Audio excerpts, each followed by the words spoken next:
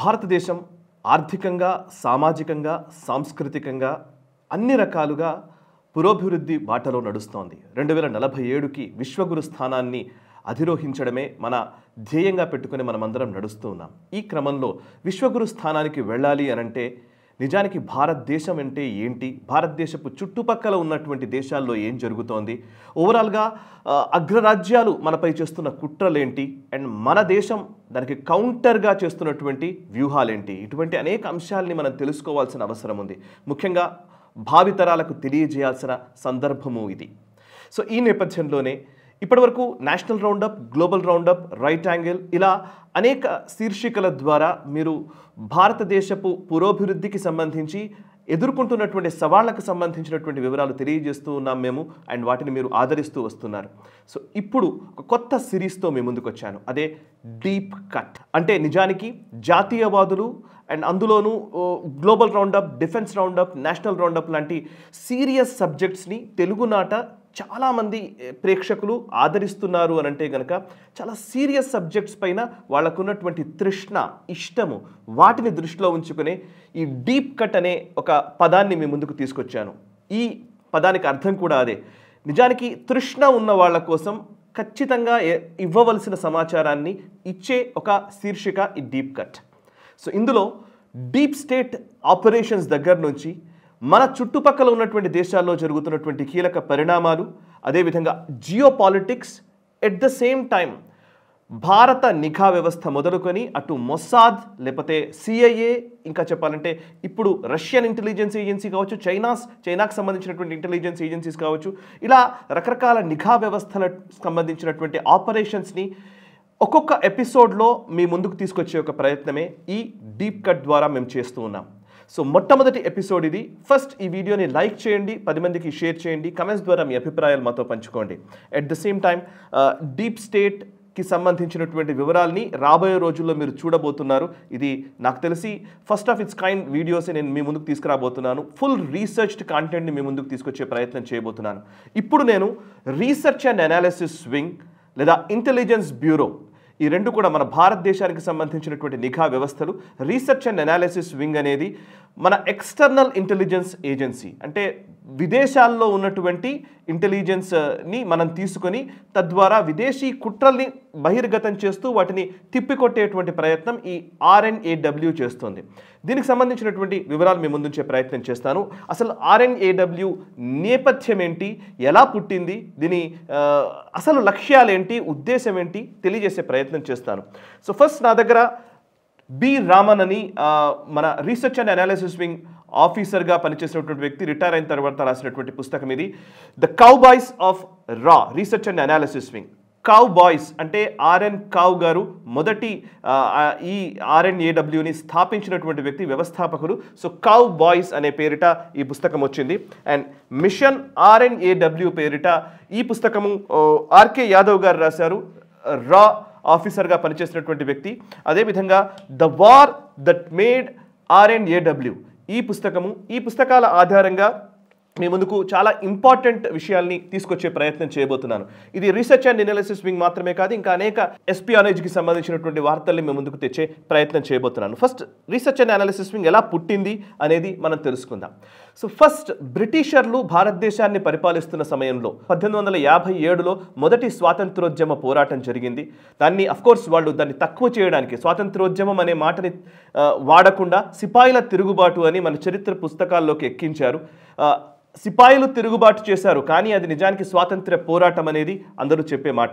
So మొదటి స్వాతంత్ర్య పోరాటం 1857లో జరిగింది. ఆ 57లో జరిగిన తర్వాత బ్రిటిషర్లకు ఒక ఆలోచన వచ్చింది, అంటే భారతదేశంలో జరుగుతున్నటువంటి ఈ పోరాటాలు ఇవి తీవ్రతరం అవుతాయి, వీటిని అణిచివేయడానికి మనకు నిఘా వ్యవస్థల అవసరం ఉంది అనేది వాళ్ళు గుర్తించారు. గుర్తించి 1861లో పోలీస్ యాక్ట్ తీసుకొచ్చారు. ఫస్ట్ పోలీస్ యాక్ట్ తీసుకొచ్చారు. తర్వాత దాన్ని సంస్కరించుకుంటూ వచ్చాం మనం. ఇప్పుడు మనం ఉపయోగిస్తున్నటువంటి ఐపీసీలు వీటన్నిటి కూడా మూలాలు అప్పటి నుంచే ఉన్నాయనేది కూడా చెప్తూ ఉంటారు. సో 1861లో పోలీస్ యాక్ట్ వచ్చింది. 1904లో థగ్గీ అండ్ డెకాయిటీ డిపార్ట్మెంట్ అనేది ఒకటి క్రియేట్ చేశారు. నిజానికి అప్పుడు థగ్గులు అనే వాళ్ళు ఒక తెగ, అది ఒక ట్రైబల్ తెగ. సో దాంట్లో వాళ్ళందరూ కూడా దొంగలు, డెకాయిటీ చేస్తారు అనే ఆరోపణలతోటి థగ్గీ అండ్ డెకాయిటీ డిపార్ట్మెంట్ ఒకటి ఏర్పాటు చేశారు 1904లో. తర్వాతి కాలంలో అది సెంట్రల్ క్రిమినల్ ఇంటెలిజెన్స్ డిపార్ట్మెంట్గా మారింది. ఆ అనంతరం 1918కి వచ్చేసరికి 1904లో థగ్గీ అండ్ డెకాయిటీ డిపార్ట్మెంట్ ఏర్పడి ఆ తర్వాత సెంట్రల్ క్రిమినల్ ఇంటెలిజెన్స్ డిపార్ట్మెంట్ అయింది. ఆ తర్వాత 1918కి వచ్చేసరికి ఇంటెలిజెన్స్ డిపార్ట్మెంట్గా దాన్ని మార్చారు. ఇక 1920కి వచ్చేసరికి అప్పటికే స్వాతంత్ర పోరాటం అప్పుడప్పుడే అంకురార్పణ జరుగుతోంది. నిజానికి స్వాతంత్ర పోరాటం విపరీతంగా మొదలవుతున్న టైము అండ్ బెంగాల్ విభజన జరిగిన టైము. 1920కి వచ్చేసరికి ఈవెన్ ఫస్ట్ వరల్డ్ వార్ అయిపోయింది. సెకండ్ వరల్డ్ వార్కి యుద్ధ మేఘాలు కమ్ముకోవడానికి ఒక సంధి కాలంగా ఉంది. సో 1920లో డైరెక్టరేట్ ఆఫ్ ఇంటెలిజెన్స్ బ్యూరోగా దానికి నామకరణం చేశారు. DIB అని పేరు పెట్టారు. ఇక world war I, world war IIలో భారతీయులపైన అటు ఓవరాల్గా వాళ్ళకున్నటువంటి ఇంటెలిజెన్స్ని సేకరించి అండ్ ముఖ్యంగా సుభాష్ చంద్రబోస్ స్థాపించినటువంటి నేతాజీ స్థాపించినటువంటి ఇండియన్ నేషనల్ ఆర్మీ INA పైన ప్రత్యేక దృష్టి సారించి వాళ్ళ కార్యకలాపాలను ఎప్పటికప్పుడు బ్రిటిషర్లకు చేరవేసే విధంగా ఈ డిపార్ట్మెంట్ ఆఫ్ ఇంటెలిజెన్స్ బ్యూరో పనిచేస్తూ వచ్చింది. అనంతర కాలంలో 1947లో దేశ విభజన జరిగింది అండ్ అదేవిధంగా భారతదేశానికి స్వాతంత్రం వచ్చింది. 1947లో దేశ విభజన సమయంలో నిజానికి ఈ పోలీస్ యాక్ట్ ప్రకారం లేదా పోలీస్ వ్యవస్థలో కానివ్వండి అండ్ ఈ ఇంటెలిజెన్స్ విభాగంలో కానివ్వండి ఎక్కువగా ముస్లింలు బ్రిటిషర్లే ఉండేది అనేది చెప్తున్నమాట. అండ్ ఈ పుస్తకాల్లో కూడా అలాగే రాశారు. సో ముస్లింలు అండ్ బ్రిటిషర్లు ఎక్కువగా వాటిల్లో ఉండేది. ఎందుకంటే భారతీయులపైన అందులోనూ స్వాతంత్రోద్యమంలో పాల్గొనే వాళ్ళపైన నిఘా కార్యకలాపాలు నిర్వహిస్తున్నప్పుడు సో వాళ్ళ పాత్ర ఎక్కువగాని వాడుకుంటూ వచ్చారు. సో దేశ విభజన జరిగిన తర్వాత 1947లో దేశ విభజన జరిగిన సమయంలో ముస్లింలు చాలా వరకు ఇంటెలిజెన్స్లో పనిచేసినటువంటి ముస్లింలు అందరూ కూడా పాకిస్తాన్కి వెళ్ళిపోయారు అండ్ బ్రిటిషర్లు దేశం విడిచిపెట్టి వెళ్ళిపోయారు. సో ఆ విభాగం కాస్త ఇంటెలిజెన్స్ బ్యూరో కాస్త ఒక నార్మల్గా ఉండిపోయింది. 1947 స్వాతంత్ర్య అనంతరం ఈ ఇంటెలిజెన్స్ విభాగానికి మొదటి డైరెక్టర్గా సంజీవి పిళ్ళై బాధ్యతలు స్వీకరించారు. TJ సంజీవి పిళ్ళై అనే వ్యక్తి బాధ్యతలు స్వీకరించారు. మొదటి ఇంటెలిజెన్స్ బ్యూరో డైరెక్టర్గా ఉన్నారు. సో ఆయన భారతదేశ అవసరాలకు అనుగుణంగా దీన్ని మార్చే ఒక ప్రయత్నం చేశారు. అప్పటి వరకు ఇంటెలిజెన్స్ బ్యూరోలో మొత్తం పోలీసులు మాత్రమే ఉండేది. సో ఒక పోలీస్ రిక్రూట్మెంట్ వ్యవస్థగానే ఈ ఇంటెలిజెన్స్ వ్యవస్థ కూడా ఉండిపోయింది. సో IPSలు ఎవరైతే ఉంటారో IPSల ఆధ్వర్యంలోనే ఈ రిక్రూట్మెంట్స్ ఇవన్నీ జరిగేది. IPSల పాత్రే ఎక్కువగా ఉండేది. దానికి భిన్నంగా సంజీవి పిళ్ళై వాషింగ్టన్కి వెళ్ళి వాషింగ్టన్ CIA కార్యకలాపాలని లేకపోతే అక్కడ ఉన్నటువంటి వ్యవస్థల్ని పరిశీలించి ఒక కొత్త ఒరవడితో కూడినటువంటి ఇంటెలిజెన్స్ వ్యవస్థను తయారు చేయాలి భారతదేశానికి అనే ఉద్దేశంతో ఆయన కొన్ని సంస్కరణలు తీసుకురావాలని ప్రయత్నం చేశారు. సర్దార్ పటేల్ గారి నేతృత్వంలో జరిగింది ఇది. కానీ ఆ సంస్కరణలు అన్నీ కూడా విఫలమయ్యాయి. నిజానికి ఆయన అనుకున్నది ఏంటంటే పోలీస్ వ్యవస్థలో ఉన్న వాళ్ళనే కాదు సివిలియన్ ఇంటెలిజెన్స్ డిపార్ట్మెంట్ లాగా కూడా దీన్ని మార్చాలి అనేది ఆయన ఉద్దేశం. సో సామాన్య పౌరులను కూడా దీంట్లోకి ఇన్వాల్వ్ చేసి తద్వారా నిఘా పెట్టడం అవసరం అనేది సమాచార సేకరణ చేయాలనేది ఆయన ఉద్దేశం ఉండింది. కానీ ఆ తర్వాత ఆయన ప్రయత్నాలు ఫలించలేదు. ఆయనను రీప్లేస్ చేస్తూ సంజీవి పిళ్ళై స్థానంలో BN మల్లిక్ ఈ బాధ్యతలు స్వీకరించారు. వెంటనే ఆయన రీప్లేస్ చేయడము అండ్ జవహర్లాల్ నెహ్రూకి అత్యంత సన్నిహితుడిగా ఉన్నటువంటి BN మల్లిక్ ఇంటెలిజెన్స్ బ్యూరోను పూర్తిగా ఒక రకంగా చెప్పాలంటే ఒక పొలిటికల్ వింగ్గానే మార్చారు అనే ఒక ఆరోపణలు కూడా వచ్చాయి. సో BN మల్లిక్ జవహర్లాల్ నెహ్రూకి అనుకూలంగా అండ్ జవహర్లాల్ నెహ్రూ పొలిటికల్ ఇంట్రెస్ట్లని ప్రిజర్వ్ చేస్తూనే ఈ ఇంటెలిజెన్స్ వ్యవస్థని నడిపిస్తూ వచ్చారు. ముఖ్యంగా పొలిటికల్గా ఇంటెలిజెన్స్ బ్యూరో ఎక్కువగా పనిచేస్తూ వచ్చింది. నిజానికి భారతదేశ సెక్యూరిటీని దృష్టిలో ఉంచుకొని చేయాల్సిన ప్రయత్నాలు పెద్దగా చేయలేదు అనేది ఆరోపణ. ఈవెన్ RNDAWలో పనిచేసినటువంటి అధికారులు రాసినటువంటి పుస్తకాల్లో కూడా ఈ అంశమే ఉంది. సో BN మల్లిక్ ఇంటెలిజెన్స్ బ్యూరోలో ఫస్ట్ డైరెక్టర్గా ఆయన సెకండ్ డైరెక్టర్గా ఆయన కార్యకలాపాలు నిర్వహించారు. 1965 వరకు కూడా ఆయన్నే ఇంటెలిజెన్స్ బ్యూరో డైరెక్టర్గా ఉన్నారు. అయితే ఈ మధ్యలోనే 1962 యుద్ధం వచ్చింది. 1965 యుద్ధం వచ్చింది. 1962 యుద్ధము చైనాతో వచ్చిన నేపథ్యంలో చైనా హిందీ చీనీ భాయ్ భాయ్ అనే ఒక భ్రమలోనే జవహర్లాల్ నెహ్రూ ఉంటూ వచ్చారు. పండిట్ నెహ్రూ పూర్తిగా కూడా మనకు చైనాతో పెద్ద శత్రుత్వం లేదు, వాళ్ళు మనం మిత్రత్వంతోనే ఉన్నాం కాబట్టి మనపైన ఎటువంటి దాడి చేయదు అనే ఒక అభిప్రాయంతో నెహ్రూ ఉంటూ వచ్చారు. ఈవెన్ ఇంటెలిజెన్స్ వ్యవస్థలు కూడా ఆయనని వాన్ చేయలేదు అనేది కూడా ఇప్పుడు తెలుస్తున్న విషయం. 1962లో చైనా సైన్యం లోపలికి జొచ్చుకురావడము, మనం విఫలం అవ్వడము, మన ఆర్మీ అవసరాలకు తగ్గట్టుగా మనము కరెక్ట్గా ఎక్విప్ చేసుకోలేకపోవడము, తద్వారా మనము ఓడిపోవడం జరిగింది 1962 యుద్ధంలో. 1965కి వచ్చేసరికి ఆపరేషన్ జిబ్రాల్టర్ పేరుతో అంటే 1962లో చైనా యుద్ధం జరిగిన తర్వాత ఈ పాఠాల్ని తీసుకొని అంటే ఈ చైనా భారత్ని మట్టి కరిపించింది. సో పాకిస్తాన్ కూడా భారత్ని మట్టి కరిపించవచ్చు అనే ఉద్దేశంతో పాకిస్తాన్ సైన్యము ఒక ప్రణాళికాబద్ధంగా ఆపరేషన్ జిబ్రాల్టర్ పేరిట కశ్మీర్లోకి చొచ్చుకొచ్చారు. కశ్మీర్లో ఒక పెద్ద రెవల్యూషన్ క్రియేట్ చేసినట్టుగా బయటకు చూపిస్తూనే సైన్యం లోపలికి వచ్చింది. 1965లో ఆపరేషన్ జిబ్రాల్టర్ అనే రూపంలో తీసుకురావడం జరిగింది. అది కూడా మన ఇంటెలిజెన్స్ వైఫల్యమే. ఇంటెలిజెన్స్ వ్యవస్థలు నిజానికి వాటిని ముందుగా పసిగట్టి భారత ప్రభుత్వానికి త్రివిధ దళాలకి చెప్పలేకపోయాయి. సో దట్ మనం యుద్ధంలోకి వెళ్లాల్సిన పరిస్థితి వచ్చింది. నెహ్రూ మరణానంతరం 1965లో లాల్ బహదూర్ శాస్త్రి నాయకత్వంలో భారత త్రివిధ దళాలు ముందుకు సాగాయి. సో అందులో భారత త్రివిధ దళాలు విజయం సాధించాయి. భారత్ విజయం సాధించింది 1965లో. సో లాల్ బహదూర్ శాస్త్రి నేతృత్వంలో 65 వార్లో మనం గెలిచాము. కానీ ఇంటెలిజెన్స్ వైఫల్యం ఉంది. 1962లో 1965 యుద్ధాల్లో రెండిట్లలో కూడా ఇంటెలిజెన్స్ వైఫల్యం స్పష్టంగా కనిపించింది. ఈ నేపథ్యంలో 65 యుద్ధం తర్వాత టాష్కెంట్లో ఒప్పందం చేసుకునే టైంలో లాల్ బహదూర్ శాస్త్రి అకాల మరణం సంభవించడము, అకాల మరణం వెనకాల కూడా నిజంగా ఏం జరిగిందో ఎవరికి తెలియదు. ఇంటెలిజెన్స్ వ్యవస్థలు ఏవి కూడా దాని గురించి స్పందించలేదు. ఏదైతే బ్రిటిషర్లు లేకపోతే సిఐఏ వీళ్ళు నిర్దేశించిన కేజీబీ నిర్దేశించినటువంటి అంశాలనే మనం కూడా నమ్మిన పరిస్థితి. సో మనకంటూ ఒక సపరేట్ ఒక స్పష్టమైనటువంటి ఇన్ఫర్మేషన్ లేకపోవడం కూడా కొట్టొచ్చినట్టు ఈవెన్ టాష్కెంట్లో కనబడింది.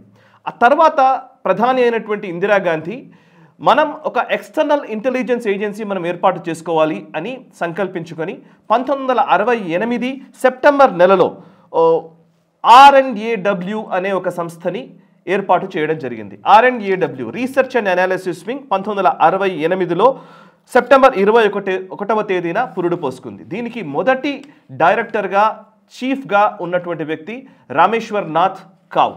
ఆయన RN కావ్ నేతృత్వంలోనే ఈ RNAW కార్యకలాపాలు మొదలుపెట్టింది. నిజానికి RN కావ్ ఎందుకు ఆయన్ని చూస్ చేసుకున్నారనే దానికి సంబంధించి కూడా చాలా అద్భుతమైనటువంటి స్టోరీస్ ఉన్నాయి. అందులో ఒకటి 1955లో చైనాకు సంబంధించినటువంటి చైనా ప్రధానమంత్రి చౌ ఎన్ లై, ఆయన మావో తర్వాత నెక్స్ట్ స్టేజ్లో ఉన్నటువంటి వ్యక్తి. చౌ ఎన్ లై ఒకసారి ఇండోనేషియాలో ఒక కాన్ఫరెన్స్ జరుగుతూ ఉండింది, నాన్ అలైన్మెంట్ కాన్ఫరెన్స్ అని. అంటే అలీన విధానానికి ఉన్నటువంటి అంటే సోవియట్ బ్లాక్ ఇటు యుఎస్ బ్లాక్ ఉన్నాయి, ఈ రెండిటికి మధ్యలో ఉన్నటువంటి దేశాల కూటమిగా ఏర్పడడానికి కావాల్సినటువంటి మీటింగ్ ఏర్పాటు చేయడానికి ఇండోనేషియాని వేదికగా ఎంచుకోవడం జరిగింది. ఈవెన్ అది భారతదేశము ప్రతిపాదించిన నేపథ్యంలోనే ఇండోనేషియాలో ఆ కాన్ఫరెన్స్ జరుగుతోంది. ఆ కాన్ఫరెన్స్కి వెళ్లాల్సి ఉన్నది ఈవెన్ జవహర్లాల్ నెహ్రూ కావచ్చు, అటు చైనా ప్రధాని చౌ ఎన్ లై కూడా దానికి హాజరు కావాల్సి ఉండింది. కానీ ఆయన హాంకాంగ్ నుంచి ఇండోనేషియాకు వెళ్లాల్సిన ఫ్లైట్ మన ఎయిర్ ఇండియా ఫ్లైట్లోనే ఆయన వెళ్ళాలి. దాని పేరు కాశ్మీరీ ప్రిన్సెస్ అనే ఒక పేరు ఉన్నటువంటి ఎయిర్ ఇండియా ఫ్లైట్లో ఆయన హాంకాంగ్ నుండి ఇండోనేషియాకు వెళ్ళాలి. కానీ ఇండోనేషియాకు వెళ్లే క్రమంలోనే ఇండోనేషియాకి చేరుకునే ముందే అది బాంబ్ బ్లాస్ట్ అయి ఆ ఫ్లైట్ క్రాష్ అయింది. అదృష్టవశాత్తు ఆ ఫ్లైట్ని మిస్ అయ్యారు చౌ ఎన్ లై. చైనా ప్రధాని ఆ ఫ్లైట్ని మిస్ అవ్వడంతో ఆ ప్రమాదం తప్పింది, ఆయన ప్రాణాలతో బయటపడ్డాడు. ఆ విషయానికి సంబంధించి ఇందులో ఇండోనేషియాకి దగ్గరలో ఈ ఘటన జరిగింది. అండ్ అటు అమెరికాకు సంబంధించినటువంటి సిఐఏ హస్తము దీంట్లో ఉండింది.